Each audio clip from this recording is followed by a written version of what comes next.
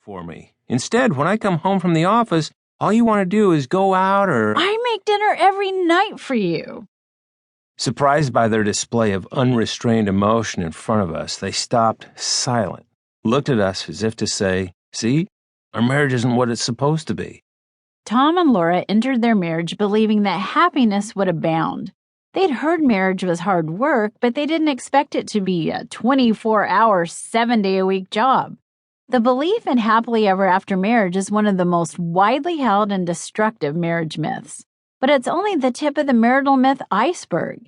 Every difficult marriage is plagued by a vast assortment of misconceptions about what marriage should be. In this chapter, however, we consider only those ideas that are most harmful and most common. Number 1, we expect exactly the same things from marriage. Number 2, everything good in our relationship will get better.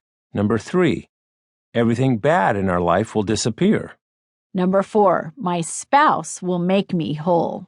The goal of this chapter in exploring these 4 myths is to take the mythology out of marriage. For too long, marriage has been saddled with unrealistic expectations and misguided assumptions.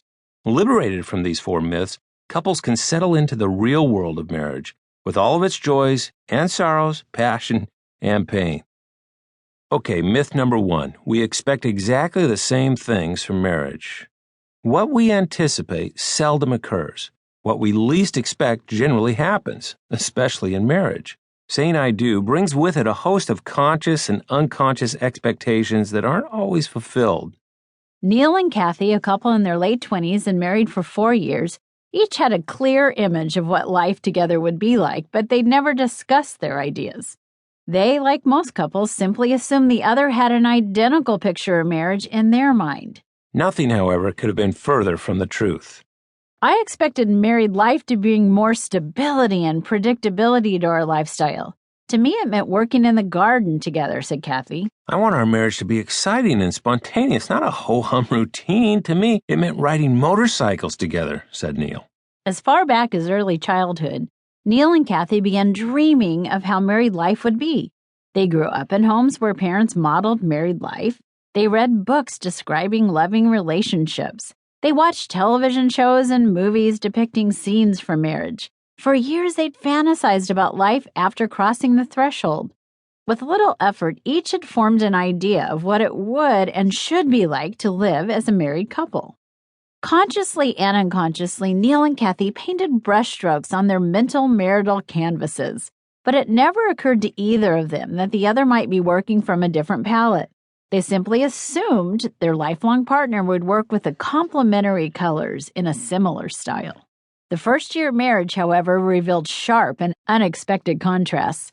What Kathy thought of as security, Neil thought of as boring. They valued many of the same things, but with different levels of intensity.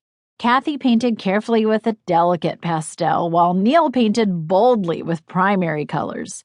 Most incongruous expectations fall into 2 major categories: unspoken rules and unconscious roles.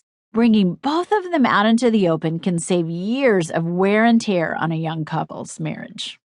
Let's talk about unspoken rules. Everyone lives by a set of rules that is rarely spoken but always known.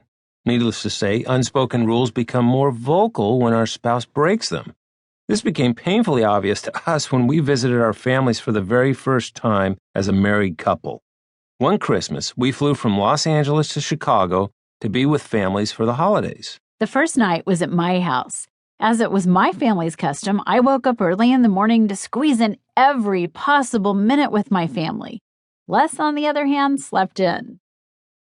I interpreted Les's sleeping as avoidance and rejection and felt he didn't value time with my family. It's totally embarrassing to me, I told Les. Everyone's waking up and eating in the kitchen. Don't you want to be with us? I couldn't understand why Leslie was so intense. What did I do? I asked. I'm just catching up from jet lag. I'll be down after my shower. I found out later that Les expected a slower, easier pace during the holidays because that's how it was at his house. In this incident, Les had broken a rule he didn't even know existed, and I discovered a rule I'd never even put into words. We both felt misunderstood and frustrated, and we both had our own ideas about what was acceptable, and it never occurred to either of us